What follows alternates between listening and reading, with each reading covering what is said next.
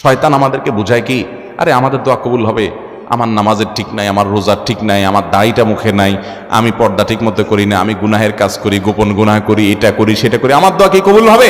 আমরা আল্লাহর কাছে চাইতে লজ্জা করি। আরে যে যত বেশি পাপিষ্ঠ সে তো আল্লাহর কাছে তত বেশি চাইবে, আরো তার তো চাওয়া আরো বেশি দরকার। ইবলিস আল্লাহর কাছে দোয়া করছে, আল্লাহ রাব্বুল আলামিন যখন বলছেন সিজদা করো, সিজদা তো করেই নাই। আবা ওয়াস্তাকবারা ওয়া কানা মিনাল কাফিরিন, অস্বীকার করছে, অহংকার করেছে, কাফের হয়ে গেছে। ওই টাইমে শয়তান আল্লাহর কাছে চায় বসছে, কি চাইছে? আনজিরনি ইলা ইয়াউমি ইউবাসুন, আল্লাহ কিয়ামত পর্যন্ত আমাকে হায়াত দেন যেন শয়তানি করতে পারি। শয়তানে আল্লাহর কাছে হায়াত চেয়ে নিছে কি করার জন্য? শয়তানি করার জন্য। দেখেন, করবে শয়তানি, এটার জন্য আবার দোয়া করতেছে কার কাছে? চিন্তা করেন। তাও আবার কখন? যখন আল্লাহ আদমকে সিজদা করতে বলছেন, সিজদা করে নাই, আল্লাহর সামনে সরাসরি বিদ্রোহ, এত বড় বেয়াদবির পর আল্লাহ রাগান্বিত হওয়ার সময় ওই টাইমে আল্লাহর কাছে দোয়া করছে। কারণ শয়তান আল্লাহকে চিনে, যে আল্লাহ হাদিসে কুদসিতে বলেছেন সাবাকাত রাহমাতি আলা গাদাবি, আমার রাগের উপরে আমার রহমতটা এটা প্রবল থাকে। এটা শয়তান জানে। আমরা রাগ হয়ে গেলে বেতাল হয়ে যাই, আল্লাহ সুবহানাহু ওয়া তাআলা তো আহকামুল হাকিমিন, তার সাথে তো মাখলুকের কোনো তুলনা চলে না। এটা শয়তান জানে, আল্লাহকে চিনে, সে আল্লাহকে ইবাদত করেছে একদম ফেরেশতাদের সাথে থেকে, সে জানে। এই জন্য রাগের মুহূর্তে পর্যন্ত আল্লাহর কাছে দোয়া করে পড়ছে। আল্লাহ বলেছেন ইন্নাকা মিনাল মুনজারিন, যাও তোমাকে হায়াত দেয়া হলো, শয়তানি করার সুযোগ দেয়া হলো, চাইছো একটা জিনিস দিলাম, বেঁচে থাকবা কিয়ামত পর্যন্ত। তাহলে শয়তান যদি আল্লাহর কাছে দোয়া করে, আল্লাহর রাগের সময় যদি আল্লাহ কবুল করেন, আমাদের দোয়া কবুল হবে না ইনশাআল্লাহ? তাহলে দোয়া করবো তো ইনশাআল্লাহ।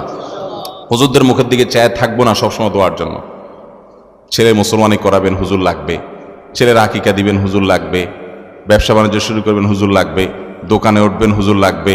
গাড়িতে নতুন উঠবেন, হুজুর লাগবে। কিরে ভাই, এই হুজুরদের কন্ট্রাক্টারি দিয়ে কত দোয়া করবেন? আলেমদের কাছে দোয়া চান, আর দোয়া চাওয়া ছাড়াও আলেমদেরকে হাদিয়া দেন। কারণ নেককারদের হাদিয়া দেওয়া উচিত, কর্তব্য। লা ইয়াকুল তুআমাকা ইল্লা তাকি, তাদেরকে হাদিয়া দেন, খানা খাওয়ান, মেহমানদারি করেন, উপহার দেন, উপঢৌকন দেন, সেটা ভিন্ন বিষয়। আবার দোয়াও চান, কিন্তু নিজের দোয়াও করা আমাদেরকে শিখতে হবে। আল্লাহ আমাদের সবাইকে দোয়া করার তৌফিক দান করুন। ভাইরা আমার, তাহলে তিনটা কথা আমরা বললাম। আমাদের ভাগ্য যদি সুপ্রসন্ন করতে চাই, নসিবে ভালো কিছু লেখা হোক যদি আমরা চাই, আল্লাহর গোলামি এবং আল্লাহর দাসত্ব, আল্লাহর হুকুমগুলো মেনে চলার জন্য সিরিয়াস হতে হবে, এবং যে যত বেশি হতে পারবো তার নসিবে আল্লাহ তাআলা তত ভালো কিছু দিবেন ইনশাআল্লাহ। দ্বিতীয়ত, আত্মীয়তার সম্পর্ক যে যত বেশি ভালো রাখতে পারবে আল্লাহ তাআলা তার জীবনে তত বরকত দিবেন। বরকত এক জিনিস, পয়সা আরেক জিনিস। বরকত এক জিনিস, পয়সা, ভাই পয়সা অল্প কামাইছে, যদি আল্লাহ ওই পয়সাতে বরকত দান করেন, বরকত মানে কল্যাণ, বারাকা, এই বারাকা যদি আল্লাহ তাআলা অল্প টাকায় দান করেন, অল্প রুজিতে দান করেন, দেখবেন যে তার উপকারিতা হিউজ, খরচ করার পর আরো শেষ হচ্ছে না। আর অনেকে অনেক কামাই করছে কিন্তু বরকত নাই, কল্যাণ নাই, দেখবেন যে কেমনে শেষ হয়ে গেছে টেরও পাচ্ছে না, আরো দেনা হয়ে গেছে। আছে না নাই? ভাইরা আমার, আমরা তো শুধু কেবল পয়সা চাই। আমি সব সময় বিভিন্ন জায়গায় বলার চেষ্টা করি, নবী করিম সাল্লাল্লাহু আলাইহি সাল্লামের শত শত হাজার হাজার দোয়া হাদিসে বর্ণিত আছে, তিনি দোয়াগুলো পড়েছেন। একটা দোয়াও আমি জানি না তিনি আল্লাহর কাছে এভাবে দোয়া করেছেন, আল্লাহ আমাকে অনেক পয়সা দেন, আল্লাহুম্মা ইন্নী আসআলুকা কাসরাতাল আমওয়াল। কোন দোয়া নাই এরকম যে আল্লাহ অনেক পয়সা দেন, আল্লাহ অনেক জমি জমা দেন, আল্লাহ অনেক ব্যাংক ব্যালেন্স দেন। এটা নবী সাল্লাল্লাহু আলাইহি ওয়াসাল্লাম কখনো চান নাই। কি চাইছেন? আল্লাহুম্মা ইন্নী আসআলুকাল আফিয়াহ, আল্লাহ আপনার কাছে শান্তি চাই। কি চাই? পয়সা চান না শান্তি চান? পয়সা চান না? এই তো দুদুল্লাহ মনা হয়ে গেল। আবার বলেন, পয়সা চান না সুখ চান? তার মানে সুখ হলে পয়সা না হলেও চলবে, রাজি? আচ্ছা, আমি তাহলে দুটো অপশন দেই।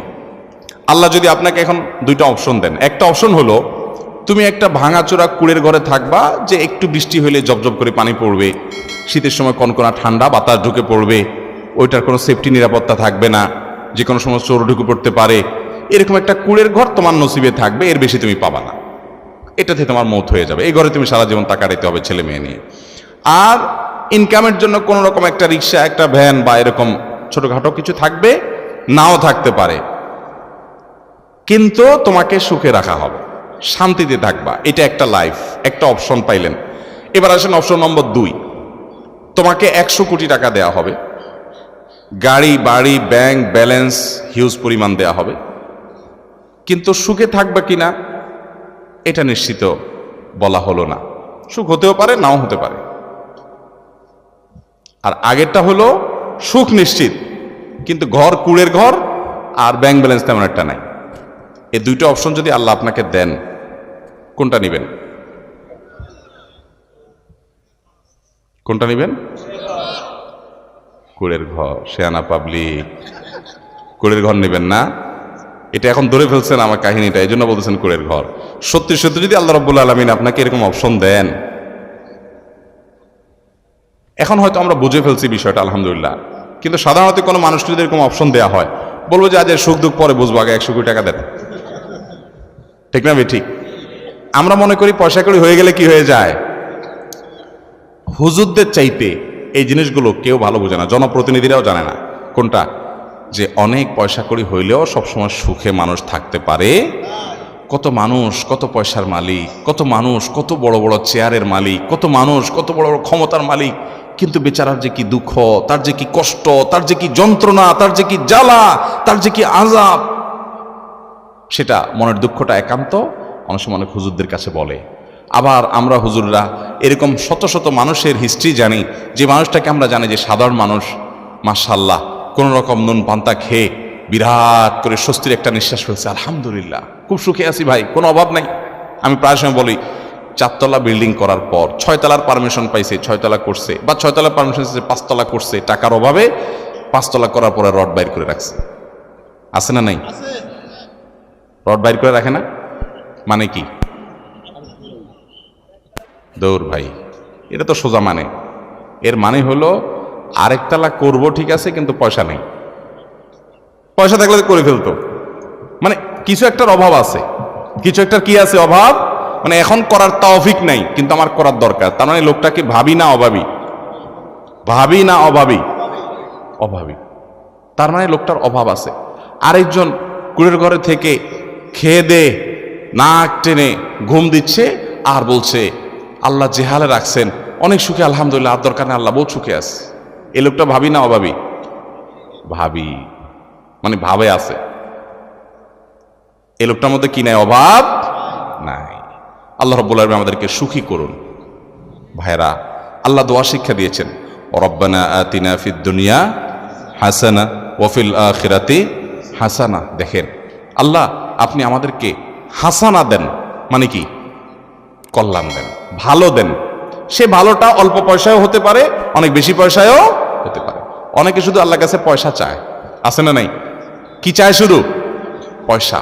অনেক বেকার যুবক আছে, বলে আল্লাহ বেশি না, 1,03,000 টাকা হলে একটা বাইক কিনবো, উবারে রাইড চালাবো, আর বাকি টাকা দিয়ে বিয়ে শাদী করে ফেলবো, আল্লাহ মোটামুটি চলবো। 3 লাখ হইলে চলবে, আল্লাহ আর লাগবে না।